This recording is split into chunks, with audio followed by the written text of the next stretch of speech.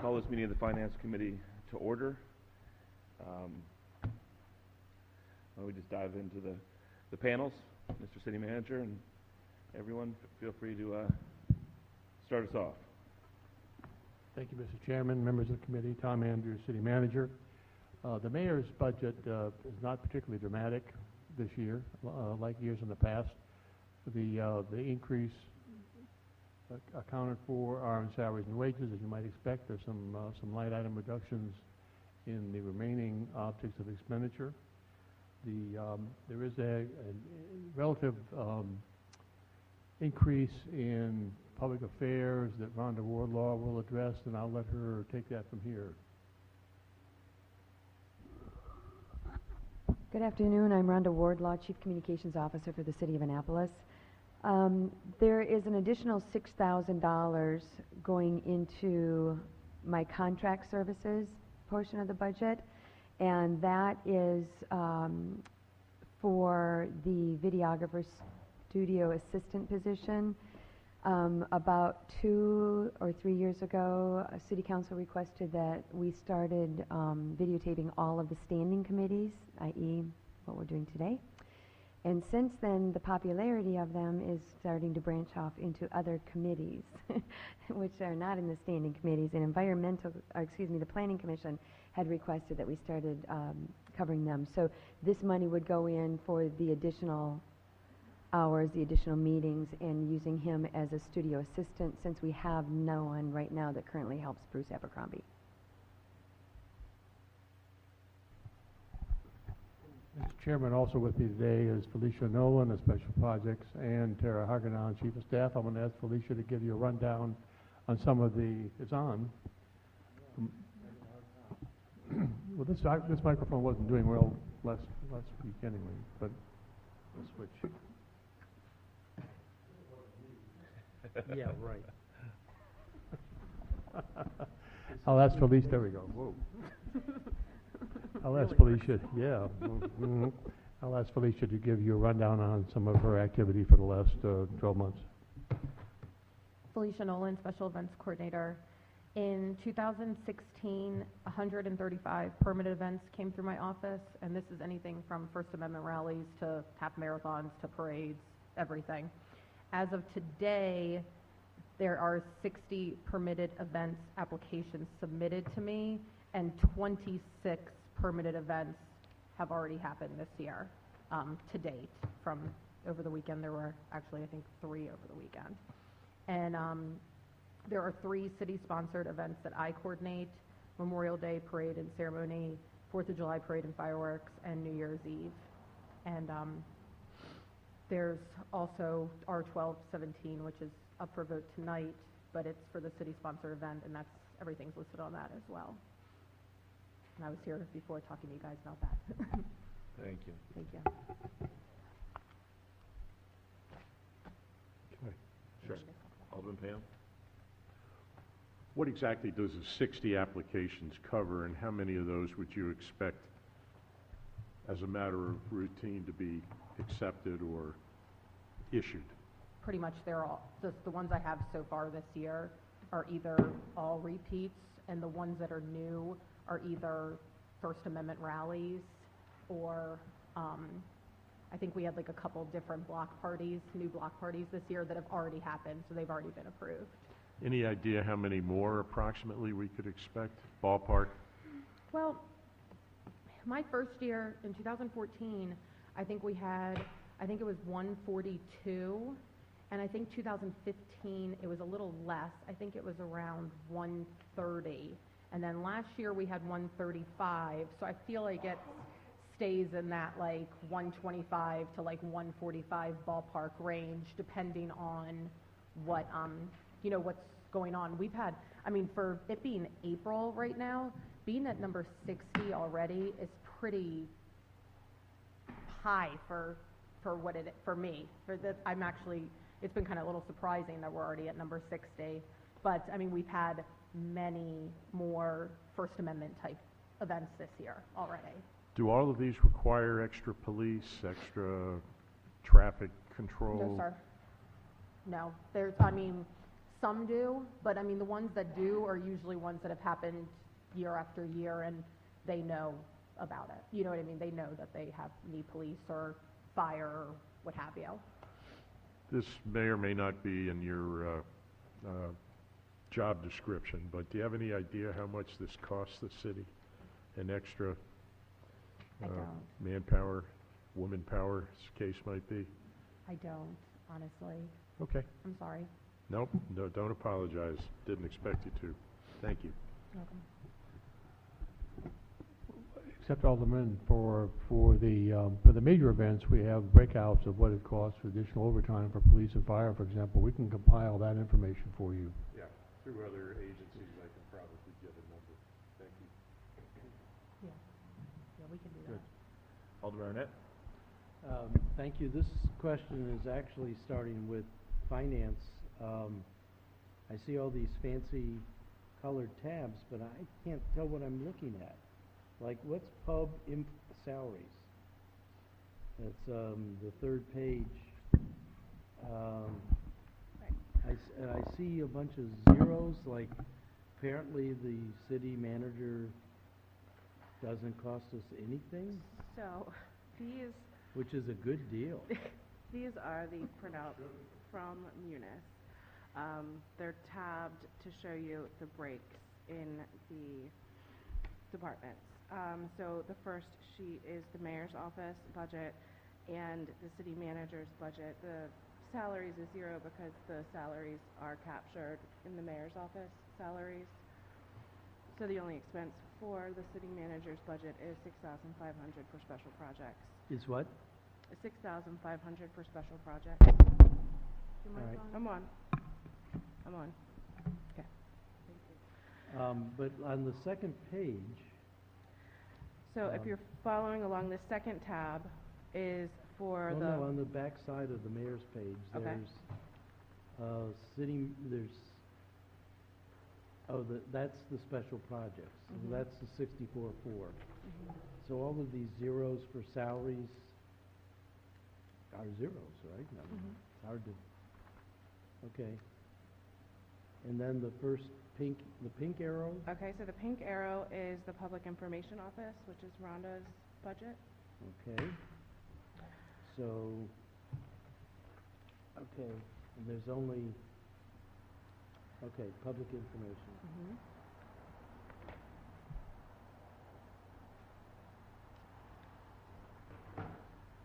And then we go on to, Boards and commissions. okay, Would you repeat that? I'm sorry. Boards and commissions. okay.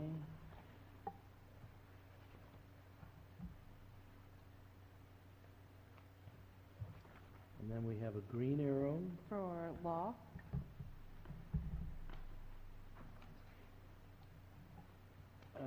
and I'm assuming the salaries for law are back up in the mayor's office? There's No, no- they're at the very top line. Legal salaries.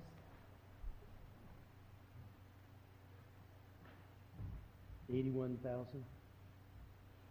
And then benefits are $335? That's not the right page.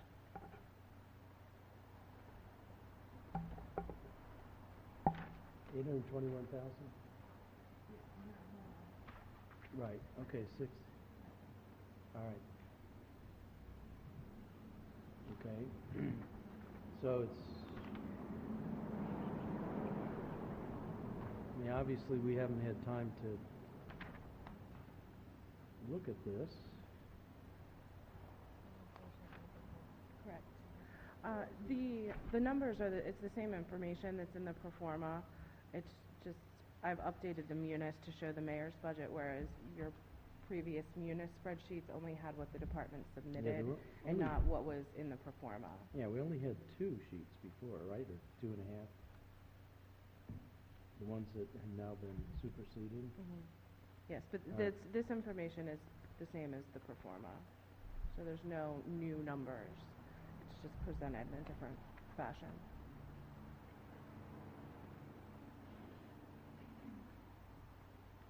Okay, Should I continue through the tabs? Well, when we get to finance and the others, yeah. Okay. We have other, Well, so, yeah, the city manager has been very miserly on allowing enhancements, so I would ask the city manager, do you have any enhancements? No, sir. Not even a deputy city manager? No, sir.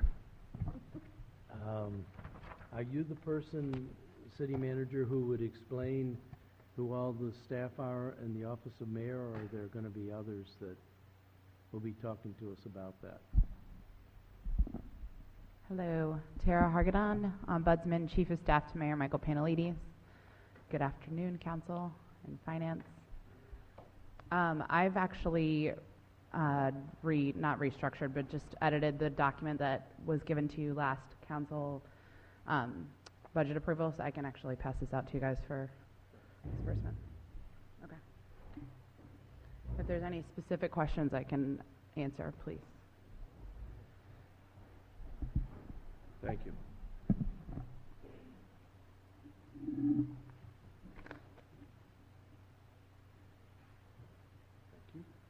Thank you.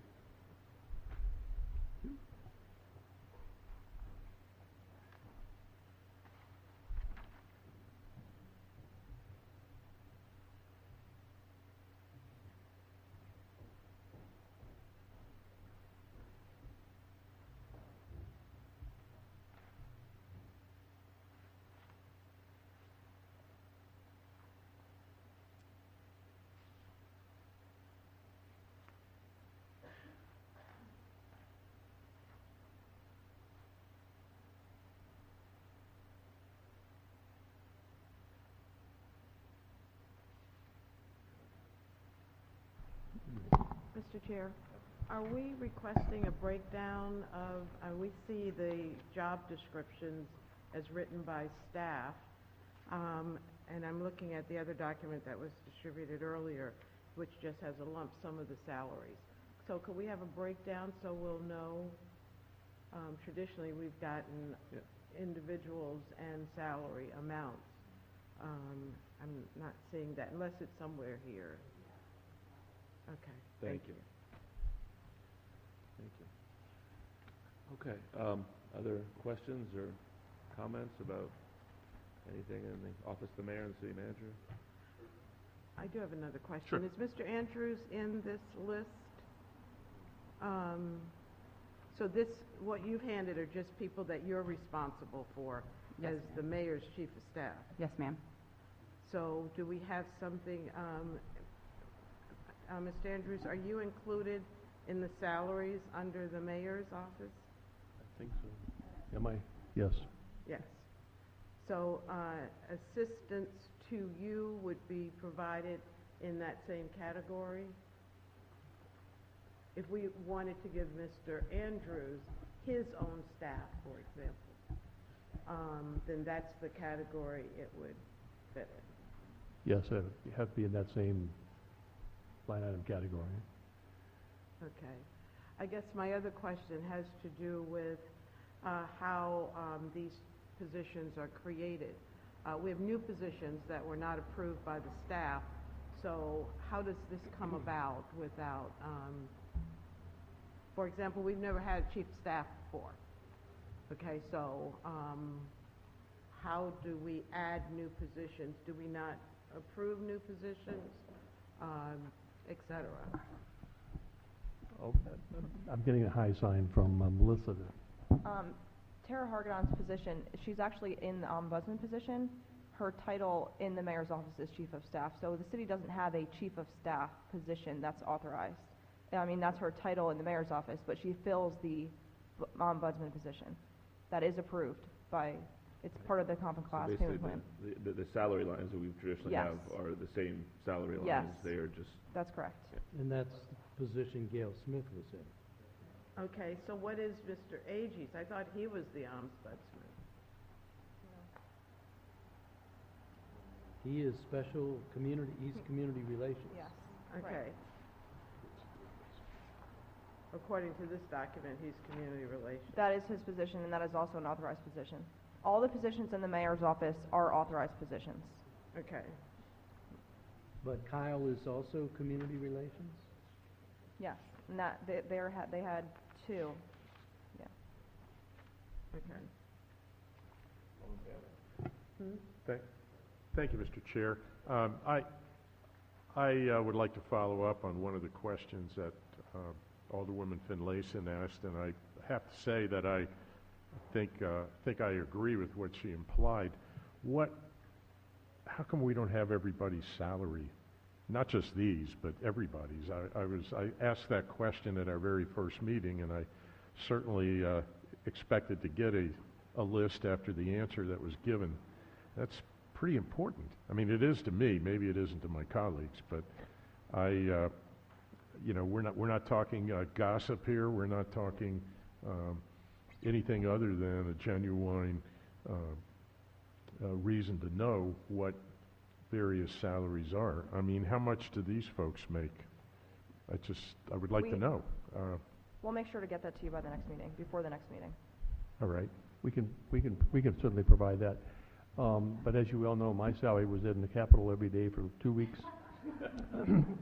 So that should be of no surprise, but we can certainly supply that to you ASAP. Well, I think it's a fair question. I'm not trying to... It is a fair question. All right. My next question, if I might, Mr. Chair, I've asked this of most of the people that have come before us. If you had to add 2% to your budget, where would you add it? How would it be used? And if you had to cut 2%, where would you cut it from? Well, if the first thing I would look at if we had to reduce 2% would be reduce some of the operating expenses. Otherwise, you're looking at salaries and wages like anybody else would be. Well, what do you consider the operating expenses to be? Oh, well, everything from telephone to pencil. I know, me too. Everything from telephone to paper to pencils, that type of thing. Contractual services, special projects, whatever the case may be. What, are you going to use smoke signals? How can you cut from the telephone? I mean, I guess I don't know what telephones you have or what the city pays for. I mean, that's the only place to take it unless we took from salaries and benefits. So that's the same answer you've been getting from every department. That's basically the choices we have.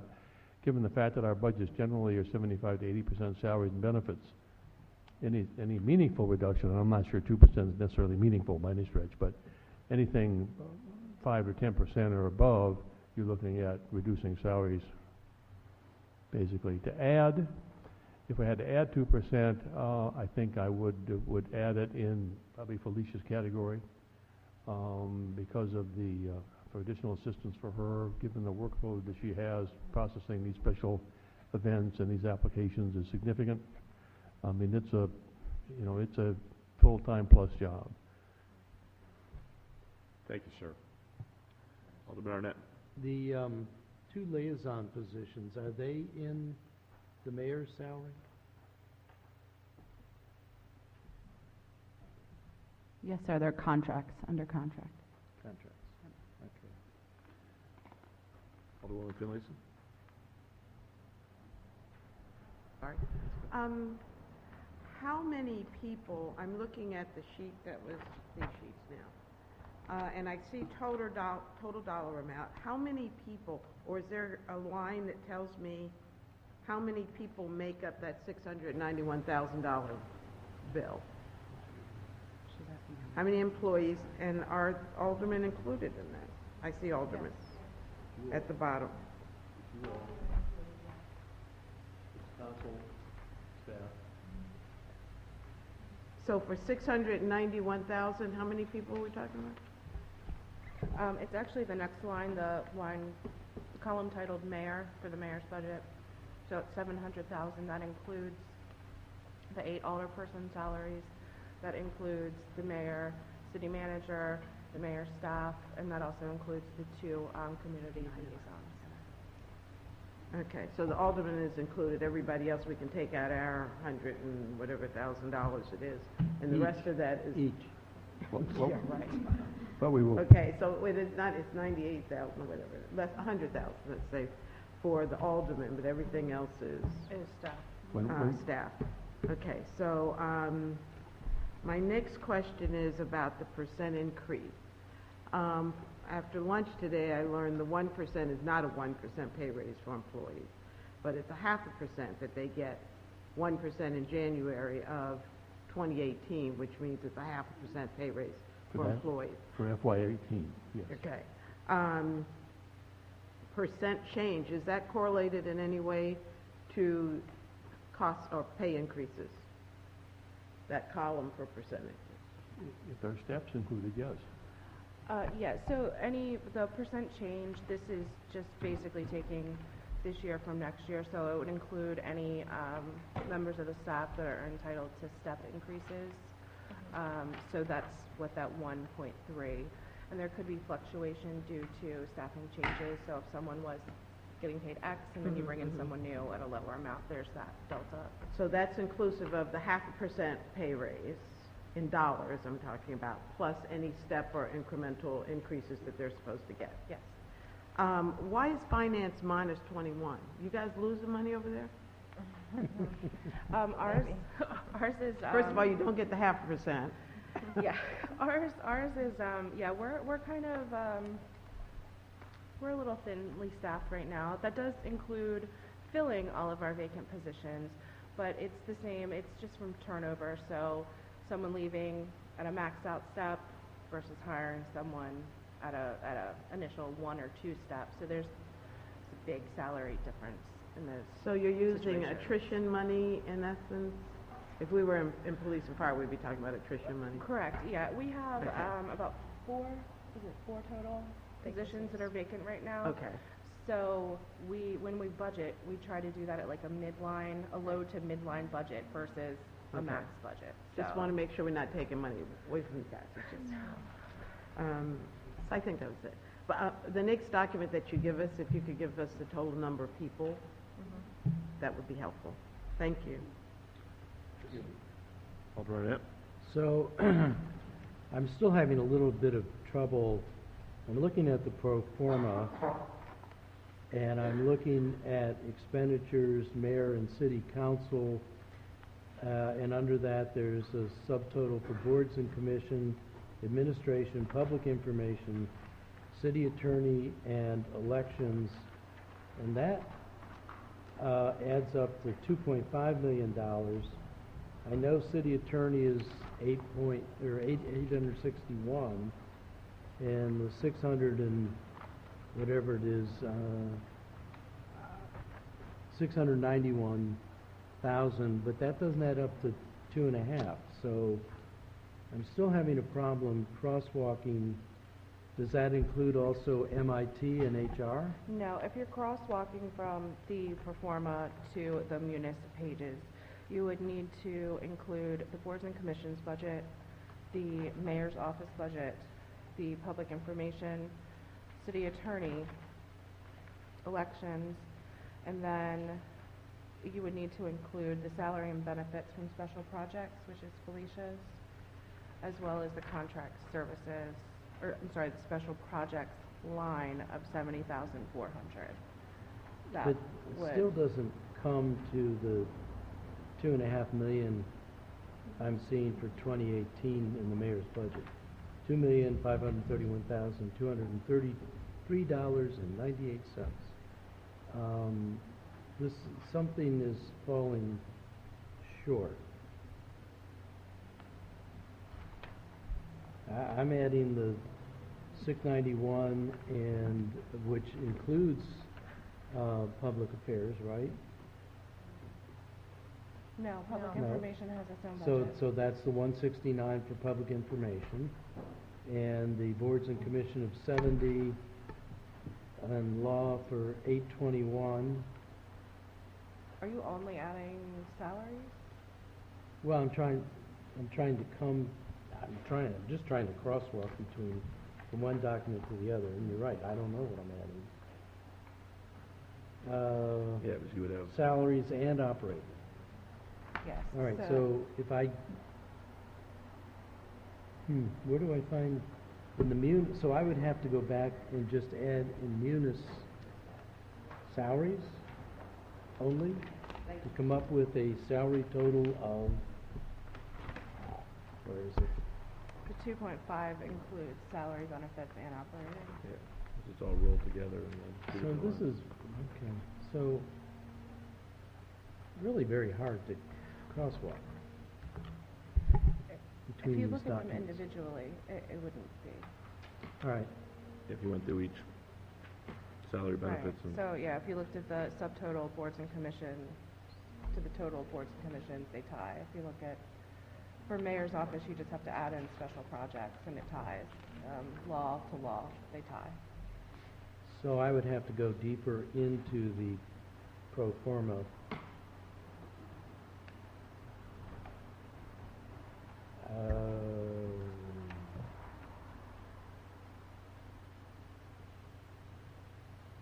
Well, I guess my point is, it's We can It's sit hard down to and look crosswalk. over it, yeah. from It's one always a place to dangerous the thing other. to give us multiple sources of Well, information. and especially at the last minute, so we're trying to figure out what we have and what we're crosswalking back and forth. So far, we've done the mayor's office and public affairs and special events. So we will, I see MIT and law out in the Absolutely. audience. So, do we have any other questions for this panel of folks? Thank you. Thank you very much. Absolutely. So let's, we can just go down the list here as it's been put together. Office of Law.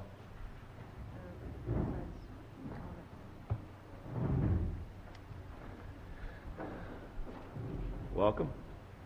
Good afternoon, Ashley Leonard, Acting City Attorney. Excellent. Is there sort of any changes you'd like to give us the lay of the land on here, and then we can get into whatever questions? Overall, budget-wise, not too many changes. I believe the mayor is recommending 2 salary increases. One is to our legal assistant Karen Steele, which was negotiated by former City Attorney Mike Leahy. The other one is to bump Carrie Berger up to an Attorney 2 position from an Attorney 1 position as she gains more experience in the office. That's about the only big increases. The other, obviously, significant changes that the City Attorney position is currently vacant. So from the FY17 past budget to the mayor's budget is about 33 grand or so increase in salaries? Yeah, that's about correct. And then I'm happy to give you a rundown of what our office has been doing this past fiscal year. If you're interested, I know you get legislative updates on litigation updates on Sure. but I'm happy to give updates as you would like related to the litigation or the transactional aspects. Obviously, you guys see all the litigation or the Sure. legislation. I can't speak today. That comes before you. We've been working on elections. That's been a big issue in the clerk's office. We are working diligently with the county's Board of Elections to finalize polling places, finalize all the forms, applications, and ballots, finalize a judge's manual. I did a legal review of the city code versus the state-county procedures, and we're working on accepting procedures for how to track walk-in absentee ballots. All that is moving along well, and we should be on track for a good election this fall. We've received 105 PIA requests so far this fiscal year. Litigation, we have 13 open litigation cases, 3 EEOC open cases, and 3 workers' comp appeal open cases. We've also closed quite a few and won quite a few this past few months in this year.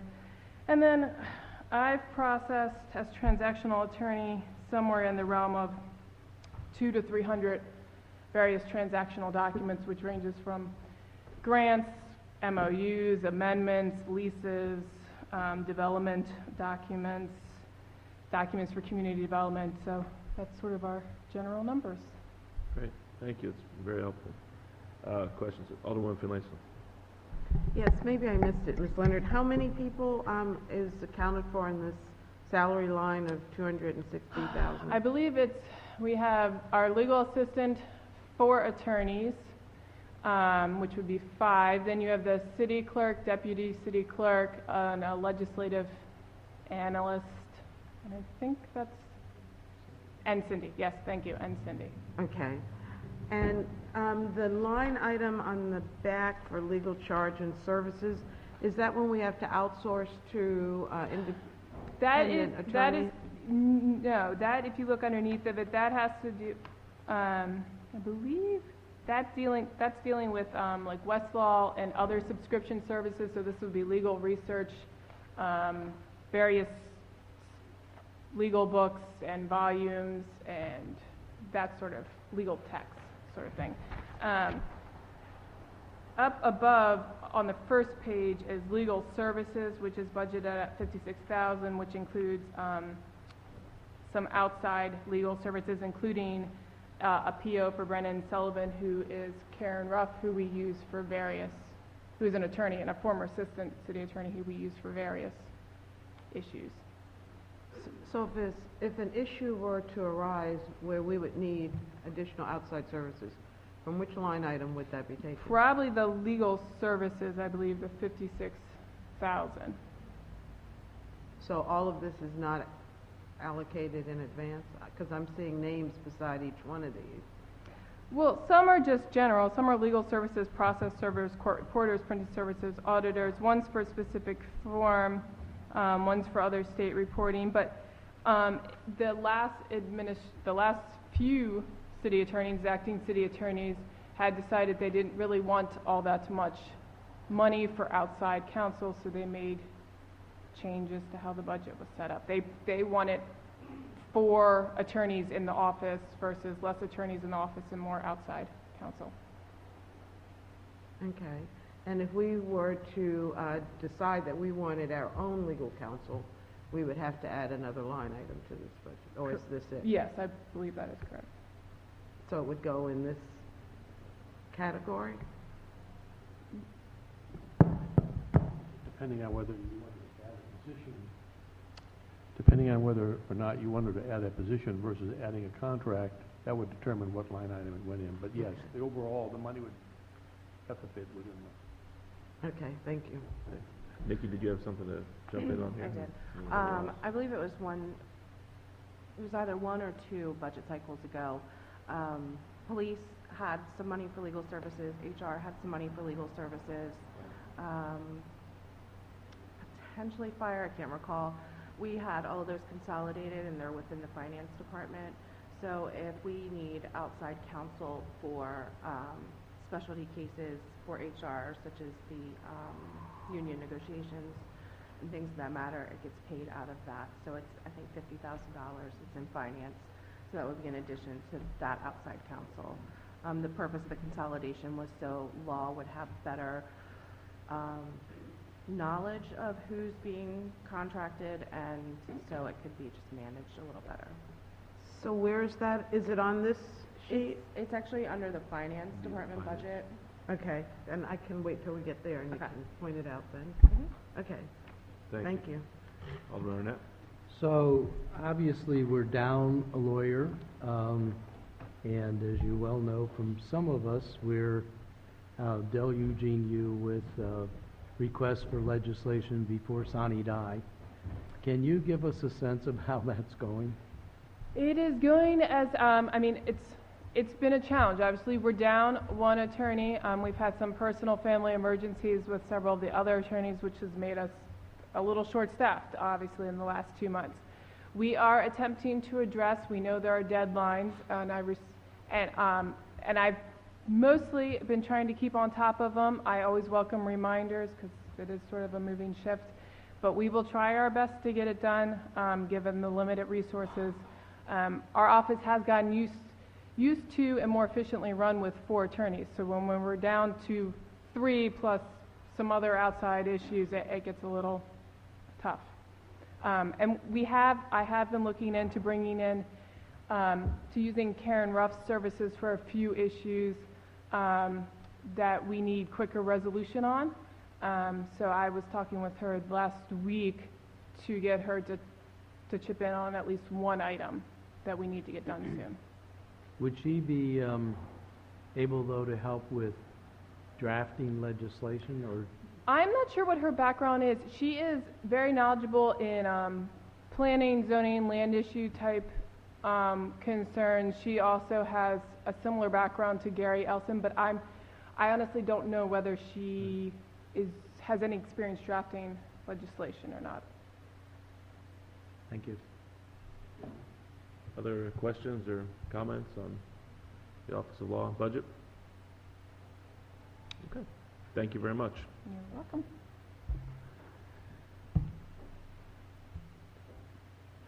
Next up in our list here, things not opening up. Environmental.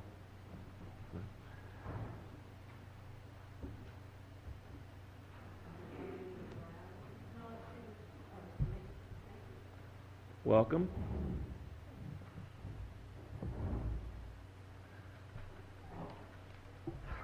Good afternoon, Mr. Chairman, members of the council. I'm Maria Broadbent, Director of the Office of Environmental Policy.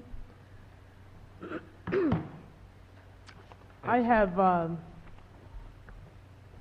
pretty sure that all of you have received the latest copy of this report. Okay. So the Office of Environmental Policy has spent a lot of our efforts over the course of the last year or so trying to make sure that we are all together as a city and making sure that we're ready for our new stormwater management permit that's going to come out shortly. We have the terms of the permit, and we have gone through and done a study so that we're aware of the work that the city has to do and a good idea of what it's going to cost. And the cost piece is what's included in this report that you have. As far as the operating budget for us, it's myself and two others, and nothing has changed in our budget. We will continue to work on all things environmental as much as we can, and but no changes in salaries or.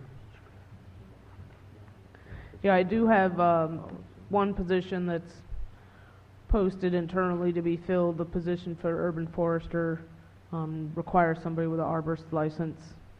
You know, our direction of focus has been able to change a little bit so that we're able to actually look at trees for trees and not just the obstacles in development. So our position is no longer going to be doing Forest Conservation Act reviews, although we certainly can advise and work on that as a policy item, but able to get somebody who has some real energy and desire to help us get our tree canopy from that 45 to that 50% and work on some other environmental issues going forward. Good. In thinking about the budget, we spent some time on the CIP and that the $1 million in environmental matters we talked about it the other day too. So assuming that does, when we finish this budget, that there is a big step forward in investments to do these projects that are vital, but what sort of pressures will that put on your team and your budget to implement that? Or was that, yeah. Right, spending money is hard work, actually. I think we are kind of getting our feet under us right now with some of the projects that are being done by our nonprofit partners that have come in for review. We've been working through some of our process and looking at, frankly, ways we can get out of our own way and make that process better and smoother and easier to understand and predict. And I think doing that, it will make us be more prepared to take on a lot more funding. The other piece parallel to that is that we are looking at the possibilities of doing, they're calling it public-private partnerships, but it's not exactly what it is, but looking at a contract with someone who would be able to take the money that you're investing in our best management practices and manage spending that money for projects in the ground and maintaining them. So at that point, you're administering the contract then, that they are then implementing and doing. that's right, but we will still be the plan reviewers, Of course, so so it all that, comes so back we to you. still doing what it is that we're doing now, but able to keep that money moving. Okay, that's helpful, thank you. Alderman Arnett? So, I'm trying to catch up here. I didn't quite understand that last bit, but I want to go back. You keep using the word "we." Could you explain who "we" is at this point? Sure. In my office, myself, Racine Hodo, who is the environmental program coordinator, and also the folks from planning and zoning get involved, particularly where it's in the critical area, and the folks from public works, and Mr. Andrews when I need him. So all of these things, it's just like a big project review. They are reviewed by folks across city departments. So, but in terms of, in your direct control, "we" is you and Racine? And the arborist position, but it is our responsibility to make sure that we are in compliance with our permit. So as a sort of non-siloed look at things, there are a number of things that are happening related to our permit that happen in, I would say, just about every department that deals with external services across the city, whether it be transportation, public works, planning and zoning, even police has some things that are stormwater related, and oftentimes it requires us to do training and document review and data collection. I know it's the windows make it hard for you to hear. Data collection, so we are responsible for making sure that we're gathering everything that we need to do the permit compliance reporting.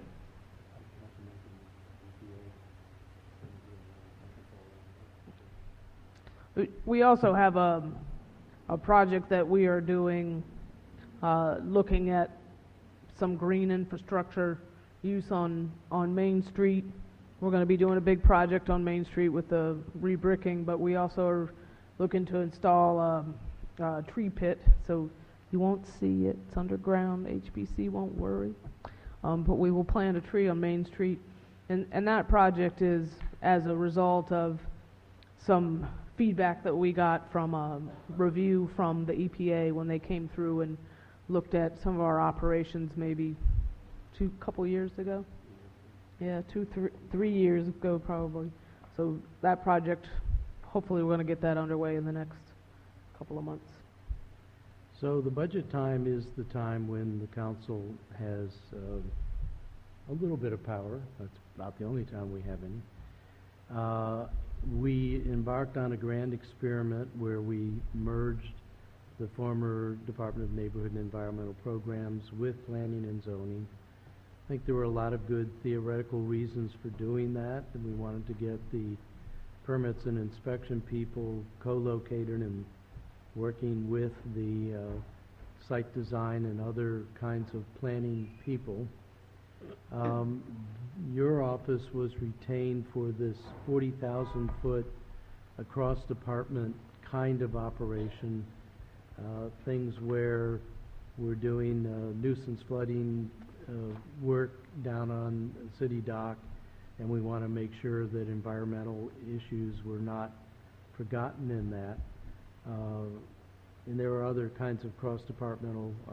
Recently we had discussion about the pump stations for the nuisance flooding, and I felt that in the capital program that staff were fairly dismissive of the City Dock master plan. So I personally have been looking for your position as one that would be operating with the imprimatur of the city manager to make sure that these cross-departmental issues were well coordinated. And so I now want to put you on the spot and ask you how well so far that has been working out, and particularly since at full strength you have 3 people, including yourself. And yet we have huge environmental unfunded or largely unfunded mandates that have been handed to us.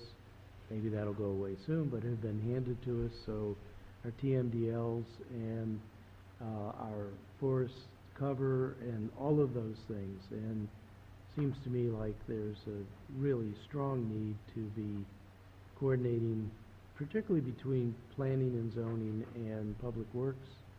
And I certainly am looking to you and the powers of your office to make sure that coordination works. And so the open-ended question is, how's it working so far?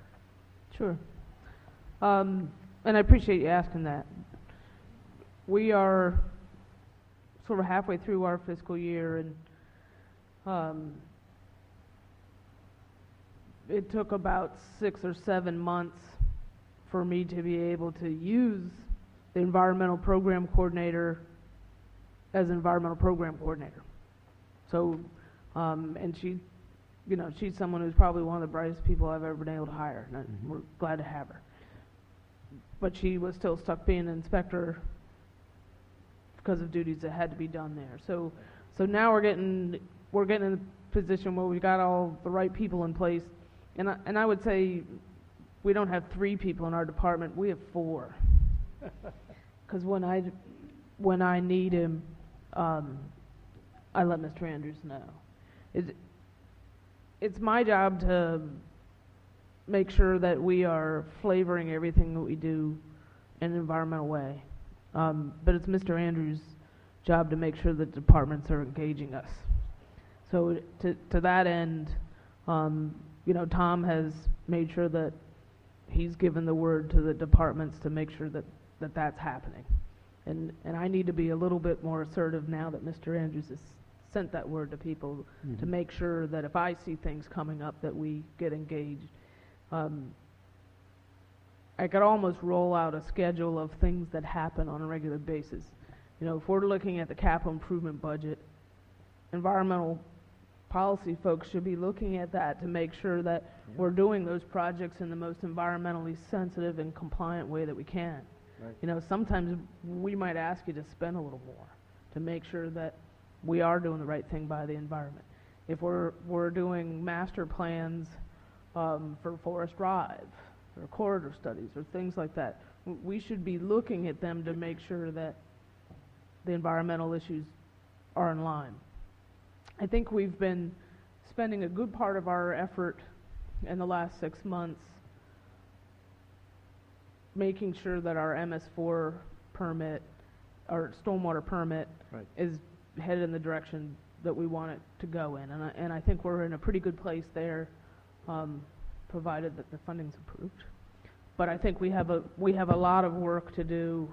We've also been spending a lot of time writing grants, and so I don't think we're in a bad place. I think we need a little more time to make sure that we are as involved as you and I both wish that we were. So just a follow on, just 1 second. Do you see yourself as being heavily involved in this, I hope is going to be beginning soon, comprehensive plan work for developing the next comprehensive plan where we need to have an environmental overlay? We should be. I do. I didn't ask you should be. I asked you, do no, you see yourself? Yes. You know, when we went through that the last time, staff had a little bit of input, but I think we know a lot more now, and we should have more input on the comprehensive plan and some of the other studies that get done. Okay. Sorry, Tom. But I think it's important to note that the big nut over the next dozen years or so is this. This is the MS4 TMDL unfunded mandate from EPA and the state that they're required to meet. And this is a $10+ million effort, if not more. Yeah, it's huge. Well, I think mandates or not, that obviously, this is really important to all of us, is stormwater management. I don't really care what's mandated. I don't want to see our downtown underwater, period. Well, Well, and I this is think sort that of- being said, it's making sure that where we have the right opportunities, we're crossing over and looking at that. So if we're doing something in a park, let's make sure if we have an opportunity that we're gonna either address frequent flooding or stormwater management and whatever projects it is that we're looking at. But I think we need to be thinking, I will tell you, what I have been thinking about lately is the development, which there are not very many opportunities, redevelopment, which I think within the city there are a lot of opportunities for that. But each of them come with consequences. We look at adequate public facilities, but I'm not sure how thoroughly, how rigorously we look at loss of trees, more stormwater runoff, and all of those things when we're doing our comprehensive planning and review of these projects. And I know that one of the things that is in vogue, as we heard from some members of the public these days, is that we plan much too narrowly. We don't really take into account all of the potential redevelopment and all of the potential consequences, obviously traffic, school, necessary police, that's one of them. But I think there also are environmental. We certainly, if we didn't learn that lesson with all of the uproar over Crystal Spring, we're never going to learn it. But I think we need to be looking at those as well as limiting factors for what we can plan on doing.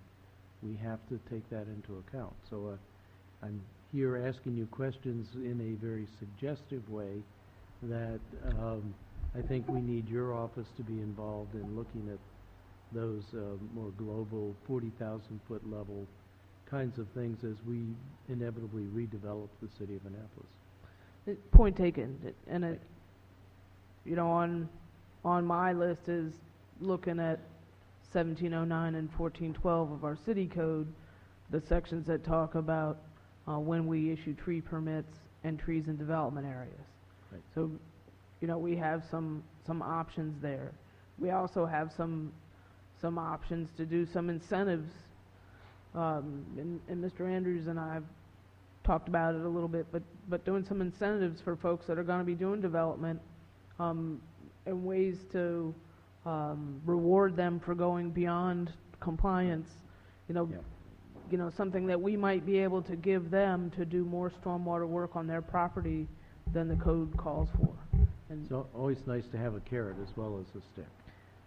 it's certainly a style issue, but yes. But I'm not sure that's part of our thinking that we've developed fully. We've talked about it a little bit in terms of maritime and how we can try to preserve maritime and encourage maritime business in the city with potentially business districts or other kinds of incentives, maybe reductions in property tax. But I think we need to be thinking about that across the board, but especially in the area of environment.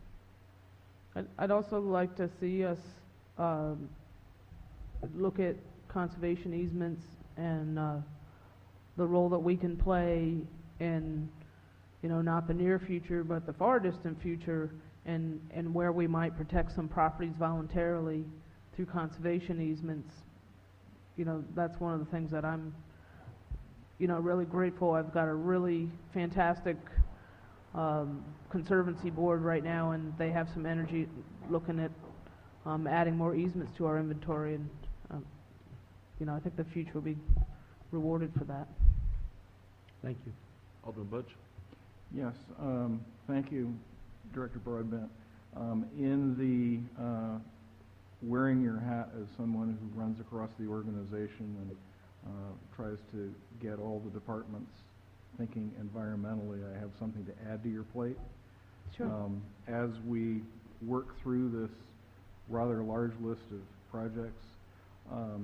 Financing needs to be talking about green bonds, which are available in the marketplace, and this seems like a perfect fit, which can get us lower interest rates.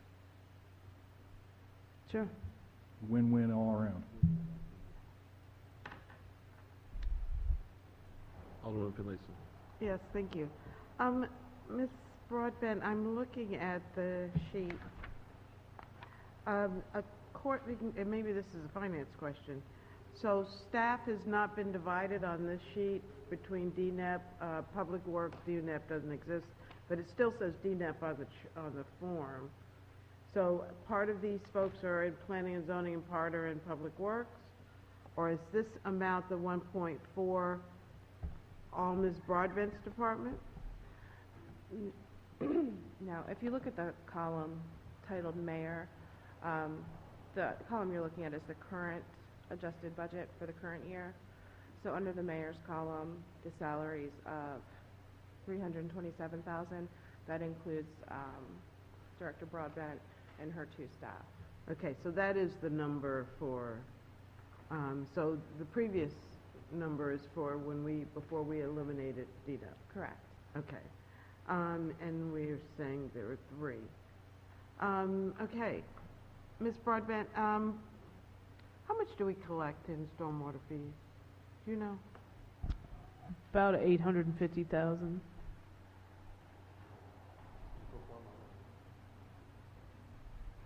So what we collected, let's say annually, in 2017 is sufficient to cover the projects, the 3 projects that are listed for 2017? Not even close. Not even close. Well, I'm looking at the cost in 2017, and it comes to about 950,000 maybe. So, no. No. Okay.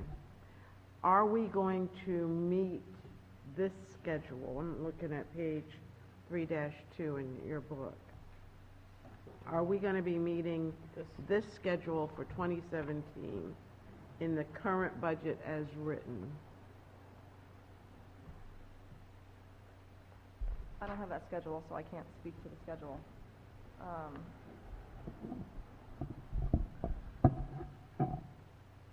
Wet pond retrofit, step pool, conveyance system, wet pond retrofit. About $1 million. Probably that and some more, because the stormwater fee is not the direct funding source for the CIP item, which is where these capital projects are going to come out of. So, Maria, correct me if I'm wrong, but the plan that you have before you is going to be funded in FY18, not FY17. Is that correct? Right, 18. Okay. So in FY18, there's $1 million proposed to be funded, and that's going to be funded with bond proceeds. Okay, I'm looking, it says year of implementation. There's 3 projects for 2017. So So that's really a year out? it's really a year out. And I think one of these is already being funded through a grant. So this chart will get adjusted as time goes on when we receive grant funding that's going to pay for some of them. And then there's other projects that aren't even shown on this chart. We probably have about $4 million, $4.5 million worth of projects under construction right this moment that are not costing the city anything. Okay. That are being done through grants to nonprofit partners. It might even be a little more than that. So some of this work is going to get done with we will get credit for, but they won't necessarily cost the city directly. Okay, so the cost of staff is out of our operating budget, and all of these are either coming through grants or the CIP. That's right. Okay.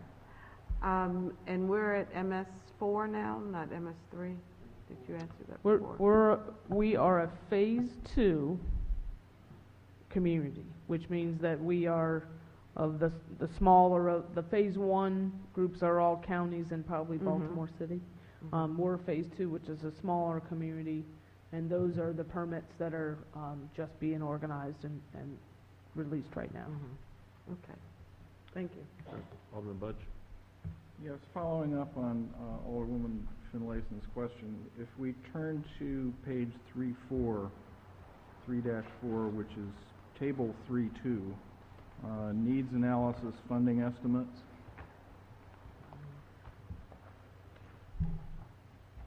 We're looking at numbers that average in the $2 million a year kind of run rate. Do we have a funding analysis for this? So what we have right now is cost analysis and sort of a menu of ways to get there. So currently proposed in FY18 is for the stormwater capital budgets to be through bond revenues and part of a CIP budget. You know, as time goes on, you know, there are maybe 4 or 5 different ways to fund stormwater fee, and that's something that, you know, the council may want to look at over time.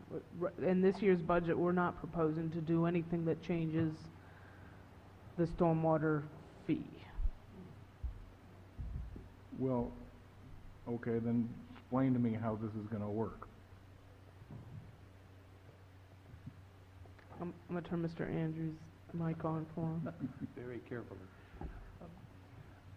Well, for example, the RFP that we're considering, that Maria mentioned earlier, for overall management of this program includes a financing component, because there is financing out there, as you mentioned, and we're going to have to take a very close look at whether or not that would be more advantageous for us to take advantage of, given the terms, versus our own borrowing capacity, our own capacity to provide CIP on an annual basis. It's going to be pretty much a yearly consideration of how we're going to fund the next year's program to get through the next 10, 12 years of this. So there's not one overall strategy at this moment, because there are such a variety of different avenues of financing and/or grants and/or whatever available to us. And most jurisdictions are going through the same drill. And my hope is that where we have this, you know, bottom line of, you know, $2 million more or less per year, that's a cost, but not necessarily the cost of the city.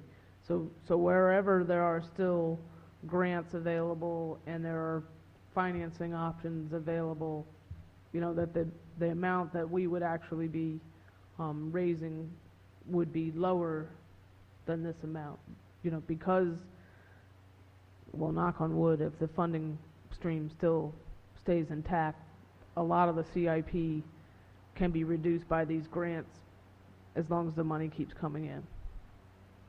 Alderman Finlayson? In light of the attitude of the current administration in Washington, D.C., wouldn't we be wise to be thinking about other revenue sources? I mean, instead of waiting until the shoe drops and one of our sources is, you know, eliminated or drastically reduced,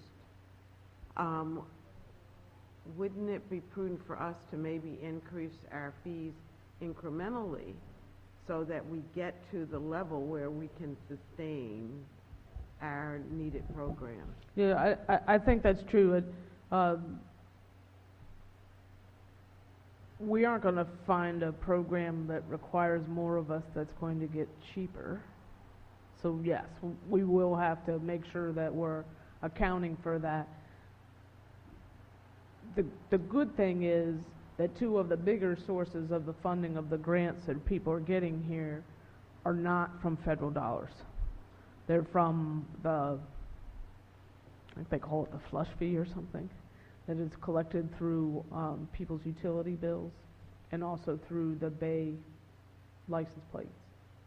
so everybody get the, the Bay Trust Fund.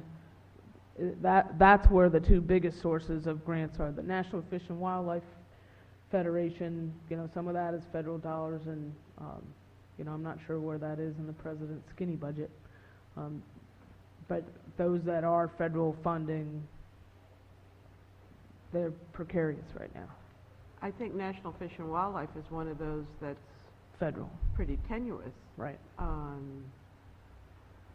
So if we asked you to propose an increase to our fees, what would it be?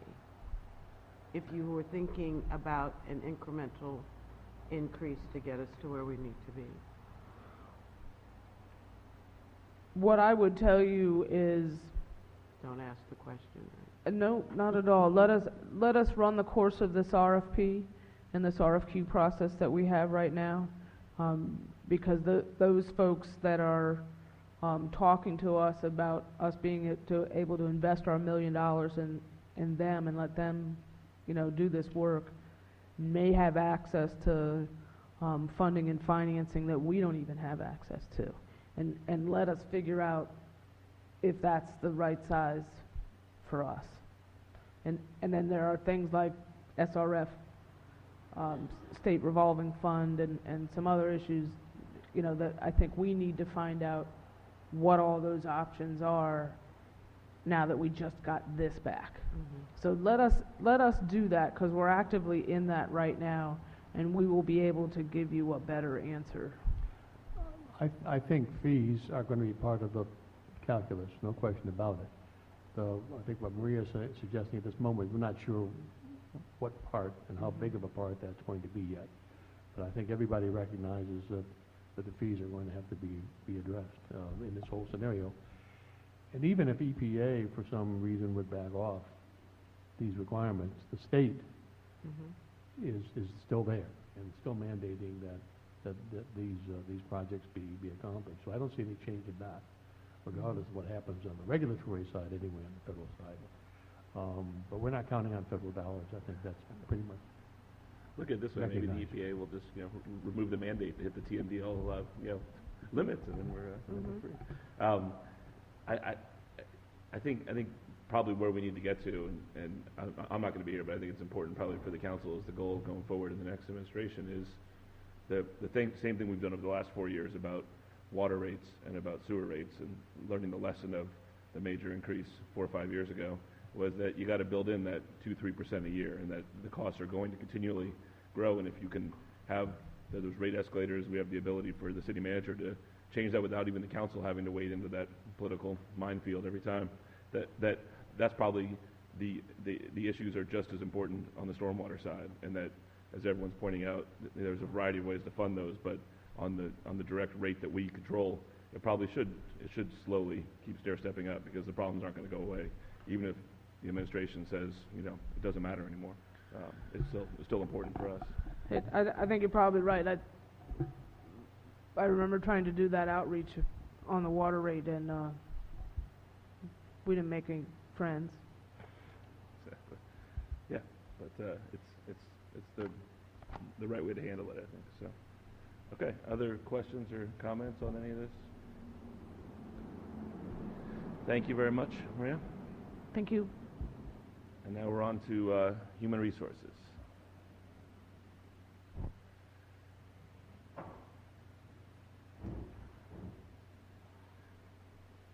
Welcome.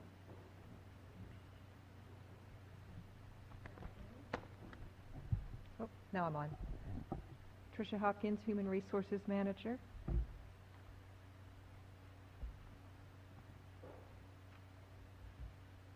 We are one of those departments that's mostly people.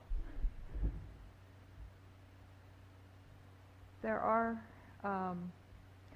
some, I'd like to call them success stories this past year. We have finished collective bargaining. We have had both police and fire settle on, ratify their agreements. Hopefully by the end of this week, maybe beginning of next, we'll also see both ASME groups complete their ratification. They've had their language for some time now. It's just a matter of scheduling a ratification meeting and completing that work. I don't want to presuppose how they're going to take it as a body, but so far the feedback's been very good. We are still in the process of working with a consultant on our classification and compensation study. They have finished all the data collection. They are assessing the data. I've asked them for other ways to report it to me so that we can, Mr. Andrews and myself can assess where we want to be in the market relative to what the results are going to provide us. There are some other goals and objectives that we have in evaluating this. Obviously, getting into collective bargaining this year, we did not change the way the steps are designed or anything along the pay plans design per se as it currently exists. But that is an expectation in terms of feedback from the survey data and also from our exchanges with the consultants in terms of what will ultimately be recommendations. We are weeks, like count them on one hand, weeks away from completing that effort. Are you trying to show me something? Okay. And so I feel that we're in pretty good shape in terms of managing that contract. We have made a couple of decisions going into this next year and also implemented this year as a way to try to absorb, or maybe it's not really absorbing the work, but maybe deflecting some impact of work, given the fact that we had the director position removed in the budget. To that end, it wasn't an easy decision. What we've decided to step away from the Munis online application system. We've asked for the inclusion of an online application system that's already built, that's a kind of a leader in the field out there. So that's we expect that to be of benefit to those at the department level as well as in HR. We are also. Could you go ahead. Say that again? Pardon me? Explain. We're stepping away from Munis? No, we're not stepping away from Munis. That's a very large statement, and I'm not making that one. So what we are is not. it? What is this? What we are doing is using asking to use an online application system that is already built. It's used by. I have great familiarity with it from Anne Arundel County. It's used by Prince George's County, Charles County, I believe Baltimore County, Arlington County. I mean, there's a lot of large users that. You can actually read it. It's already built to do what? It does a number of things. One of which is to allow people to apply online through their software. It has attached to the ability to do screenings through the online system so that you can put out supplemental questions to candidates, get information from individuals in order to make evaluative decisions about whether they qualify for positions. It comes with governmentjobs.com, which is an access to an online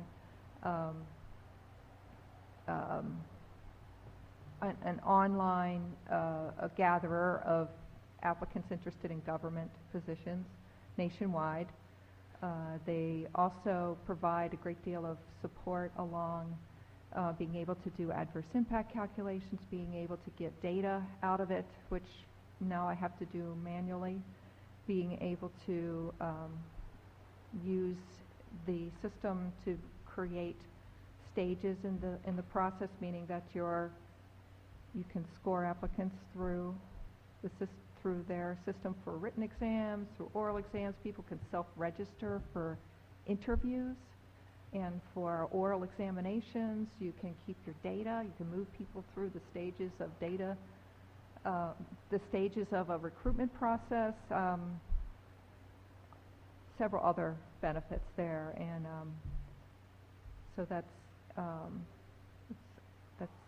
one of the ways I'm hoping to save departments some work. We can also set roles within that system in order to keep access to any other applicant data specific to a person that's responsible for the hiring authority. You can even set it up so people can go in and be a subject matter expert, go in and review, but not necessarily approve and select. So there are a number of things that are a part of that already built. So how are we doing it now? We worked with Munis to help develop an online application system. People are able to apply online. That is a very real part of it. The departments have been provided access to specific users go in and can then access the online applicants. We still take some applications in hard copy, so we have to make sure those are all matched up for when a department is going through their evaluative process. But Thank you. it has some challenges, but we've tried very hard to work through them, and I have to say that the support that we eventually got from Munis is good, and our MIT people are wonderful. You know, we'll go to the ends of the earth to try to make something work, but I also know, having worked with something that's already built, how much easier it can be, and so that's where we are. Finance, and then with Joe. Speaking from a department that has several vacancies right now, I can attest to the fact that the current module through Munis is extremely labor intensive. We have to go into each applicant and print off their application, all of their attachments separately, and it can take us several hours just to get their information. Then on top of that, we have to go through and weed out each applicant to see who is qualified and not qualified, and it's just very labor intensive. Thank you. Alderman Budge? So, yeah, a couple of questions about this. First of all, the new system that you're describing, how does that appear in your budget? Is it there? I think it's under contract services, is it not?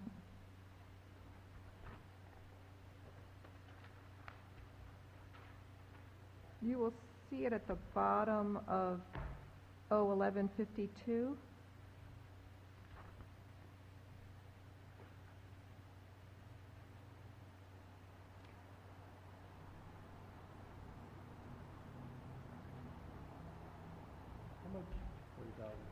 How much money are we talking about? I don't see any big dollars in your budget.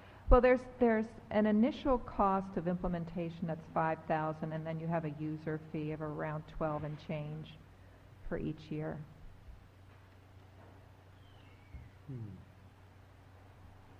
Okay, so are we convinced that the money is in the budget here? I'm not. It's not I don't in the... see it. Are you looking at? I'm looking at the pro. Oh, I'm trying to 1150. distinguish, I'm trying to just sort out, Oh, is this in the budget, is this in the mayor's budget, or is it an enhancement? It is in the projected actual, and it's in the mayor's budget.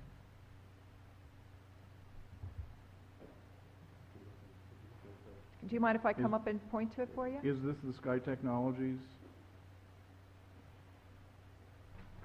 No. Which line did you say it was? If you look at 01152 for org. Yep. Follow it all the way to, it's 530,800. Okay, contract services. Right, under contract services, go to the bottom You mean where there's no dollars? where it says 1 on the current Yeah, so adjusted there's budget, no and then it has description, but projected 16,000, actual, 645. and then you have the, yeah, it's right there. It just doesn't have a description line, so if you follow, each of the description lines are tied to these two particular documents, Right. and then there's a third one later. Actually, it's not on yours. It's not on the sheet I have. Look at this one. Is there a new sheet? Oh, you do, then I. Okay, Page 2. What was handed out today. so I think I Oh. found it. You found it? Okay. Yeah, 16,645? Correct. Got it. So the next question is, Mhm. has IT looked at this new system? Have they looked at the new system? Has MIT reviewed the new system, and what do they think of it? We have not had that direct conversation. We've talked about, we've talked about, yeah. Okay. Because we have run into trouble in the past with departments procuring software that MIT can't support. This is not hosted internally. This is an external hosting. So are the kinds of systems I'm talking about. Okay. Well, we certainly will be hearing from them next. It'd be a good question to raise. It is. It's 53080, purchase, contracts and utilities, contract services. 16,400.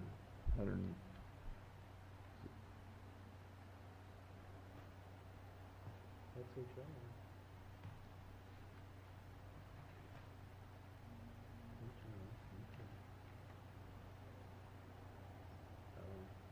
It was upside down. I can't help you there. That's, yeah. Okay. Okay, so that's enough? 16,000? Yeah, that's, like I said, they set their rates based on the size of your jurisdiction. There is an implementation fee, which is not recurring. That's, initial year. I've implemented it before for the county government. It took me 4 weeks, and that included working with the unions. We're already over the biggest hump, which is getting people used to doing online application. They know how to do that. That's very user, that hurdle's done. So the implementation part of something like that is not difficult. There's some training involved, kind of hosting brown bags and giving people a chance to get savvy. But like I said, a lot of individuals, and I've talked to some that work here and have applied here, and they have, because they might have applied for other government positions with other jurisdictions, no NeoGov is the host of those online processes all over the state, all over the, they're based in California. They've got users all across the U.S., and they do public employers. That's what they do. Their business plan, their business model, their design is all built around what we tend to do in public safety, what we tend to do in government organizations for screening applicants and soliciting information about degrees and certifications and experience and any other kinds of unique expectations that come with government employment. Okay, thank you. Other questions, comments on anything else? Sure. For your fans at home. I'm curious, yeah. Do you know why your telephone bill's been cut? I don't. I don't. Okay. Can you hear me now? I've never taken a city phone, so I don't know if that's related to that or not, but I don't know. Sorry. Sure. Okay. So I do have another. Part of the budget process this year was looking at the 3-year average and the actuals from FY16, and some of the expense lines were adjusted based on a history of actual expenditures. So human resources telephone, their 3-year average is $400. For FY16, they spent $250. So over $1,000 seemed a bit excessive considering their actual spend. So it was adjusted. We do talk to a lot of people, though. We do. Honest. Alderman Arnett. So, I had 2 things to ask you about. You already went over the class and comp. We have, almost since the time Sheila and I started on the council, I think it was R5209, and has been superseded by revising the employee rules and regs. Oh, that doesn't sound like a class and comp question. No, it was rules and regs. And we haven't seen that for a while. You have not. Not to beg off on any responsibility for that. We clearly see that as in our, on the other side of our headlights. But we've been spending the year mostly adjusting to the Right. size of our department and making sure that we're meeting the other expectations, collective bargaining, benefit-related. As you know, we've had a couple of challenges personal challenges in our office as well. Right. And so we're... No, it's not meant as a criticism, it's just, that's a long time. And I remember when we were doing this with Kimla, there were a large number of changes, which I think, and that was Classy, Hoyle and I, Yeah. we thought were moving forward. And then in the latest rendition with Paul Renstead, and trying to remember who else we were working with, Tamara? Anyway, again, we were making some significant changes in reorganization. So the feeling is that there's a need to address that. I totally agree with you. I totally agree with you. I think one of the main things that where we had gotten to through the Rules Committee process, as you know, Tyra and I met with you a number of times when we were trying to take Paul's work to the next level, which was through ordinance. And we collectively decided that we really need to step back, revamp it in terms of structure. Exactly. Right. And really what was needed is, what do we want the policies to look like? And there was a lot of discussion around whether we should indeed be looking at this citywide, whether that's, there should be kind of a template that's used across departments, and what would that look like? And then suddenly what became just trying to get it through and get it approved with all the changes became something on a grander scale. I think we just need to make a collective decision. My personal opinion, professional opinion, is that we need to make a collective decision about how wide are we going to go on that, or whether our ultimate goal is to get the rules and regulations done, come up with a reasonable format for the rules and regulations for the city, one of which is to completely build out the table of contents so that it's more user-friendly in that regard, which we are completely wedded to. We've been working closely with the Office of Law up to a point, and then stop that. We are now, I'll speak for myself, I'm now past collective bargaining, and it's an opportunity to go back and say, okay, let's sit down and reconsider where we had gotten to, and just don't take on the entire city in terms of format here. Just see what we can do relative to the HR piece But of it. here's why. Yeah. Here's why I'm asking it in a budget setting. It almost felt like we would be better served to go out and look at best practices elsewhere and see if we couldn't just adopt that, make whatever changes are singular to Annapolis, but it almost felt like it would be easier. I having been in this field for a very long time, sir, I would say that's not easier. Not easier? All right, well. No, I wouldn't. I'm interested in cheap and easy, but I am No. interested in better. It works when you're talking about compliance with federal law and those kinds of overlays to a point, but then there's still, what are your internal processes? What are your collective bargaining agreements with relative to appeal processes and grievance processes, and what kinds of code of conduct on some level may be transferable across departments, but then you're still going to have what's unique to your organization. I would rather, at the point that we are now, which is not starting at square one, that we go back and offer you a timeline around reevaluating the format, reconsidering what we've done, as I said, reconsidering what we've already accomplished, and then there have been some experiences after we last met as part of the Rules Committee that I think would do us well to make some adjustment to maybe the way we're dealing with the disciplinary section of the rules. So you see this as a determine the structure and then do a cut and paste to fill in that outline? Yeah, and again, it depends on to what level you, as members of the Rules Committee, want to get into the weeds with us on that, because I think that was part of... Look who you're talking to. I'm not just looking at you.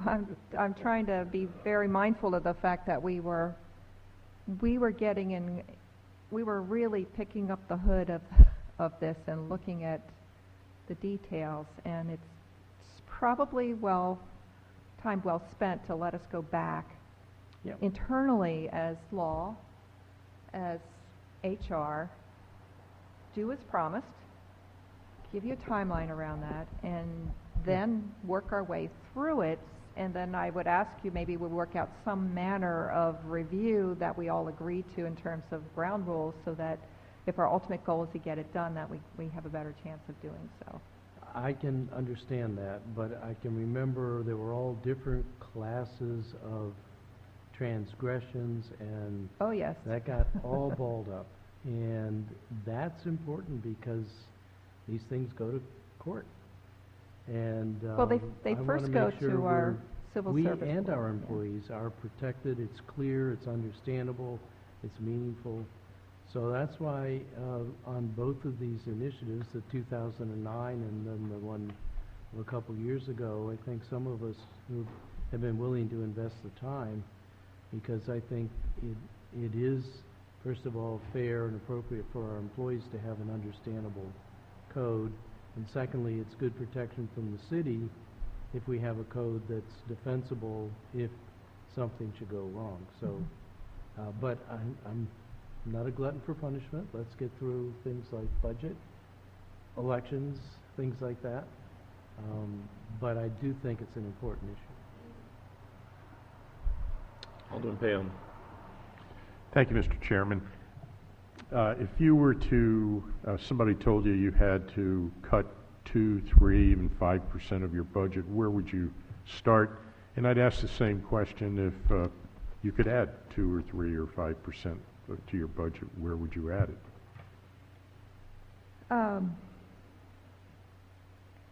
Well, I think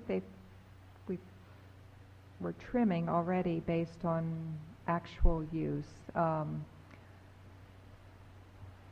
It's possible, this is kind of a banner year for us on our physicals, because we had the SAFER grant.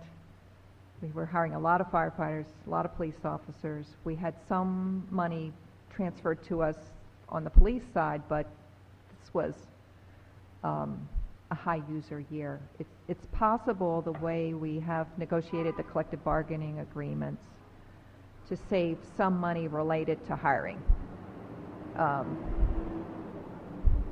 and promotional exam costs. Okay, to cut. To cut. Okay. It's possible. It is, on the desirable side, for us it's about help. It's the 2% is probably really just a matter of getting additional support, maybe through contract services or something like that, around project-oriented work, if possible. You know, we have been this has been a year of adjustment, you know, with the cut of the director, and so for us, it's about being more than a transactional group. That's not our goal in HR, to just be moving paper through and doing just what it takes to get by. And speaking to the rules and regs, you know, I take that responsibility. I take the responsibility for getting that kind of work done. But it, you know, when you're juggling, you're juggling. So it's always good to juggle with more hands. Thank you very much. Alderwoman Finlayson. Mr. Andrews, did you mention, you and I were talking a couple of weeks ago about that list of employees, contract employees, that we were moving into permanent positions. Did you tell me that we're eliminating the last, I think we had done 2/3 of the list? Well, you informed me something I was unaware of, that some time ago you had actually instituted a program where you had a systematic conversion of folks that were in contract positions for some length of time. and we got away from that apparently. I would like to take another look at that. I think that's something that we ought to consider very seriously, because there's only an incremental cost increase associated with that normally. We have 2 pending in the budget before you this year to do contractual conversions, but I would like to take a look at the whole scheme again and see if fairness has come to play here, I think, and I would like to have some kind of over maybe 2 or 3 years, some kind of conversion plan, if the council would buy into it, that we could do this systematically. Well, that's the committee that Alderman Arnett was referring to with the previous HR director and myself and some other folks. And we had about 60, 70 names, I believe, on the list, Alderman Arnett, Yeah, am it's quite a I few. remembering correctly? And we had moved, I want to say about 2/3 of them from contract. Many of them had been on contracts for 5 and 10 years, you know. And so there should be probably a list of 25 or maybe 30 people that are still contract employees. And there would have been, of course, some added to that list since over the last 3 years, since before our time, so. Okay, so But there may not be I that would many. commit, that- if you're willing to consider it, I would certainly commit to putting together a plan for you to look. I would like for us to do that. I mean, we had made that commitment some time ago.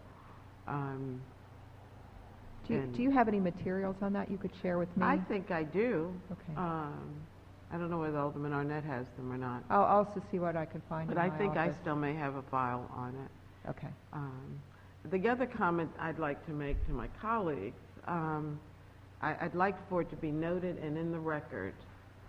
We had Mrs. Broadbent, we have Ms. Hopkins, and we're soon to hear from Ms. Smith, all who are, I guess, directors now as opposed to department heads, but who have all the responsibilities of.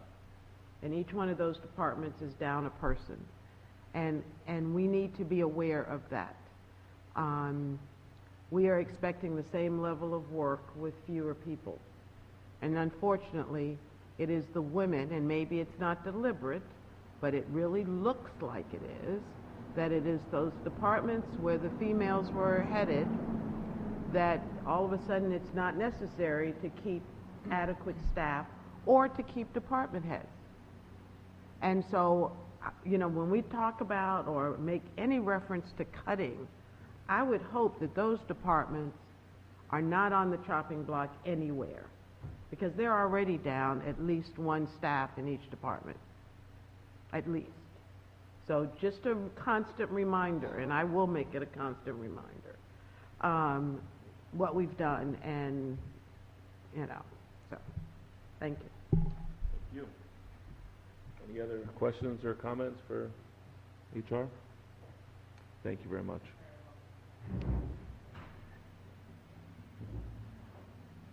MIT.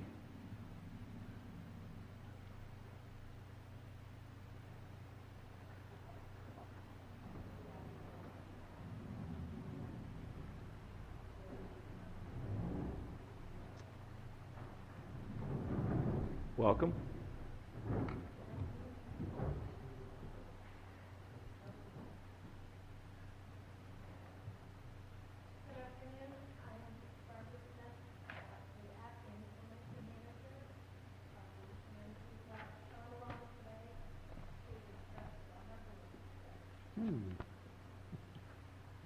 Great.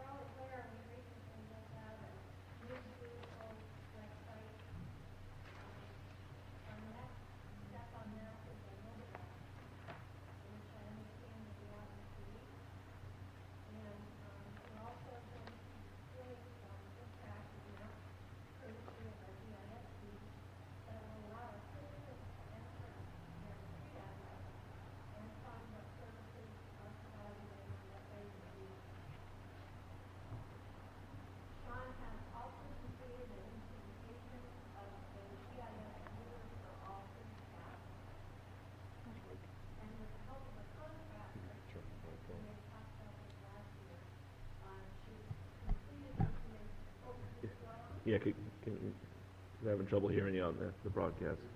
My apologies. I thought the light was lit. We can hear you in the room. It's just hard for the Got it. video team.